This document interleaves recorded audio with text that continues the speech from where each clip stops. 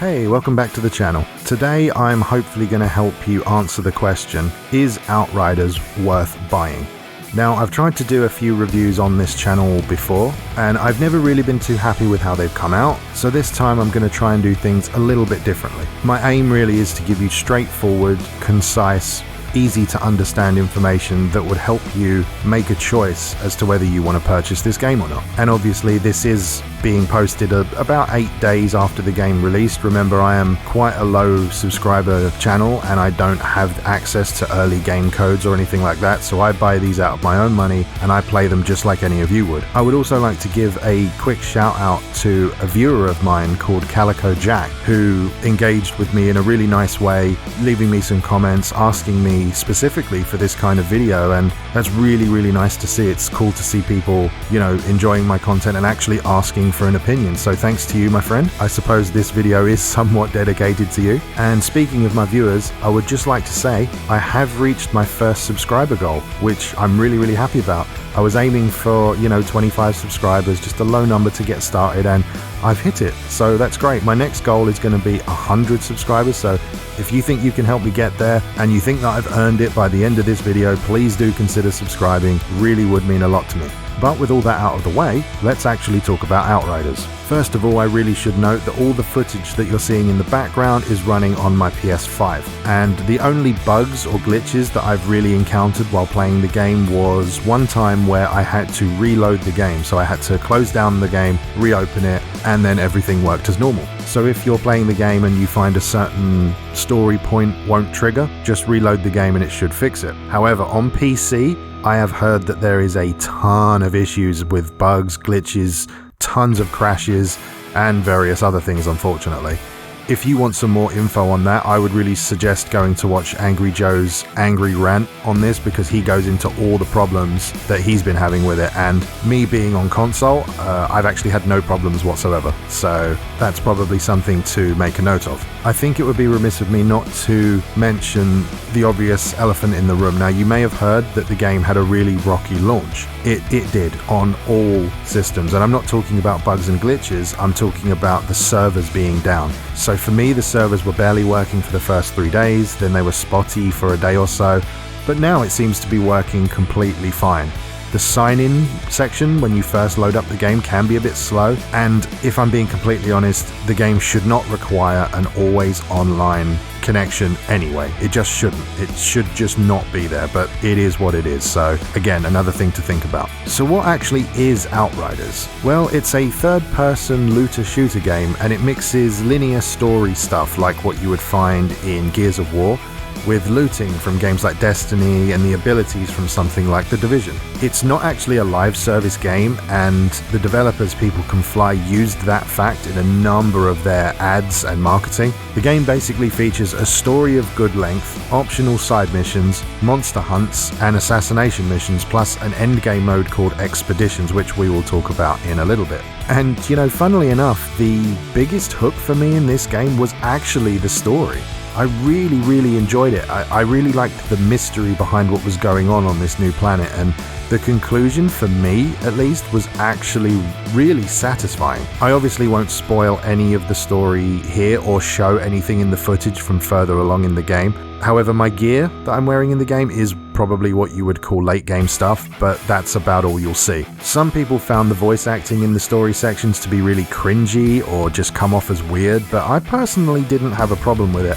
I found my character to be the right mix of arrogance and kindness, if that's even a thing. It's like he cares about the people around him and the situation, but due to the world that he's kind of found himself in, he will put you down if you threaten him. So he just has that kind of badass kind of style about him. I don't know, I liked it personally, but again, that's just my opinion. Visually, I find the game to be very well done. The areas are actually really linear when you're progressing through them during the story, but the artists and developers have done a really amazing job at using close-up detail and some well-designed backgrounds to make the scale of the map feel far larger than it actually is, which you may be able to see in the background footage. As I said, the game has a linear story, yes, of course, with optional side areas, but it's not an open-world game, so it makes sense that you aren't exploring something the size of the Division's map, for example. The environments, character models, facial animations, and pretty much all the gear look great as well, at least to me. There's also some really good sound effects throughout the game,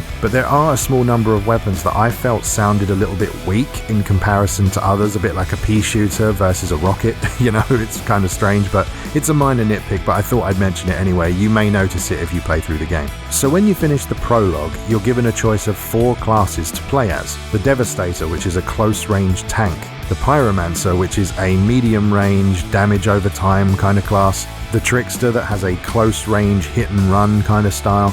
And then the Technomancer, which is a long-range support class who can summon tech to aid him in battle, like turrets, for example. This is actually the class that I chose to play as, and I played the entire thing solo. During combat, the only way to actually heal yourself is to be aggressive. There are no healing items or potions or anything like that. There are some skills and mods that will allow you to do some sort of passive healing, maybe while picking up ammo or when you reload or something like that, but there is no actual healing involved. The only way you can do it is to kill enemies or deal damage to enemies depending on which class you are. All classes do this in various ways. As a quick example, the Technomancer that I used heals simply by dealing damage. Normally you actually need a kill to get the healing, but the Devastator, for example, heals more the closer he is to the enemy when he gets the kill. So the other two have another way of doing it as well, but they're all pretty interesting. Each of these 4 classes has 3 skill trees, and as you can see here, I chose the bottom tree for the Technomancer, which is all about using the ordnance skills like the proximity mines, the minigun and rocket launcher, and the sort of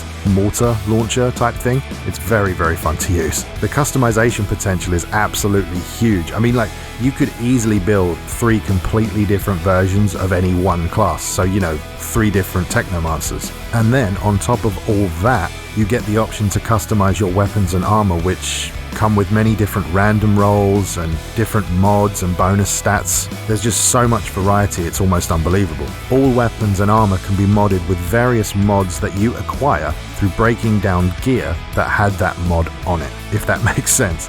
So let's say you had a weapon with toxic bullets mod, and then you break that gun down, and now you have that specific mod in your collection forever, and you can then apply it to other guns as you see fit. You can only ever add 1 mod out of the 2 mod slots available on any given item though, so keep that in mind. I mean, there's just so much to consider and so many different things to choose from, but luckily, all the menus and the systems are put together really well, and they're really easy to understand. They just all feel very intuitive, you know? You may have noticed the bar at the top of the screen.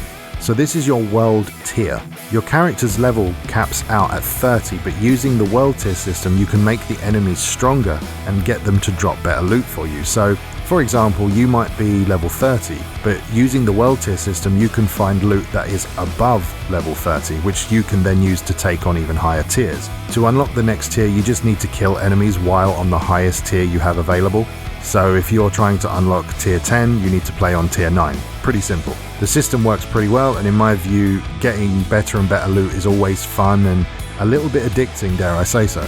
So at this point, you know that the story is quite interesting, that the gameplay is varied and there's a lot to do and feels good, the shooting mechanics feel great, and you know how the progression kind of works. So really the last thing we should talk about in any detail is the endgame. Once you complete the story, you'll have access to a new activity and a completely new tier system that's separate from the world tier system. This activity is called Expeditions, and they are basically short to medium length missions where the whole objective is to simply kill everything, not die, and get the loot at the end. That's literally the point of them. The quality of the loot is actually governed by a timer, so to get the absolute best rewards, you're really encouraged to basically melt all the enemies as quickly as possible in order to get better and better drops. And you kind of see how it all feeds into that core loop, and it's quite a satisfying thing to play.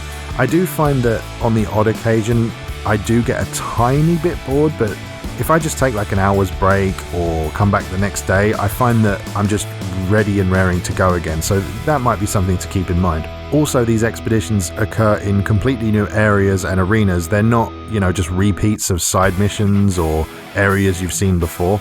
They're set in some of the areas you've seen before, but they're not repeats, which is a nice touch. I did actually notice one repeated boss in one of the expeditions, but after defeating him in the expedition, the game actually gave me a reason as to why he was there. I believe there was actually some spoken voice lines as well as some lore in the journal, which was really interesting. Now, obviously, if you were to redo that same exposition, he'd be alive magically again. But the fact that they cared enough to put it in the first time, I think is a pretty cool touch, to be honest. And really, that's all there is to the game. As I said before, it's not a live service, so there isn't really much more to go into. In my personal opinion, the game itself is very much worth your time, and the developers clearly do care about its quality. Having said that, the issues with the servers and the problems on PC are really quite disappointing, I would say. There's really not an excuse for it in 2021. I'm sure they're working as hard as they can, but if you're playing on console, especially PS5 and the Xbox Series consoles, I think you'll be really happy with it. You'll have minimal issues. But on PC, I would wait. If your plan is to purchase this on PC, I would just wait.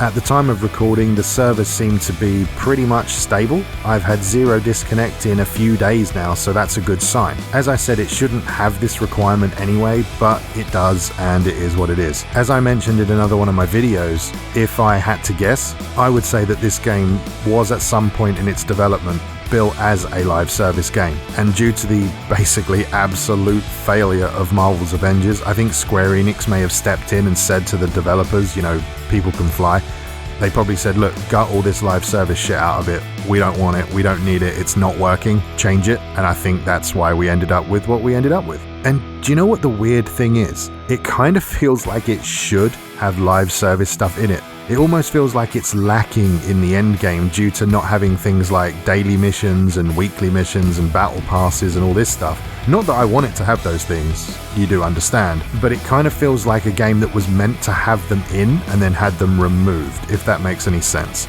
Regardless though, I think if you can enjoy looter-shooter games of any genre, I think I would give this a try anyway. The current price might be a tiny bit too high. Perhaps wait for a small discount of around 15 to 25%.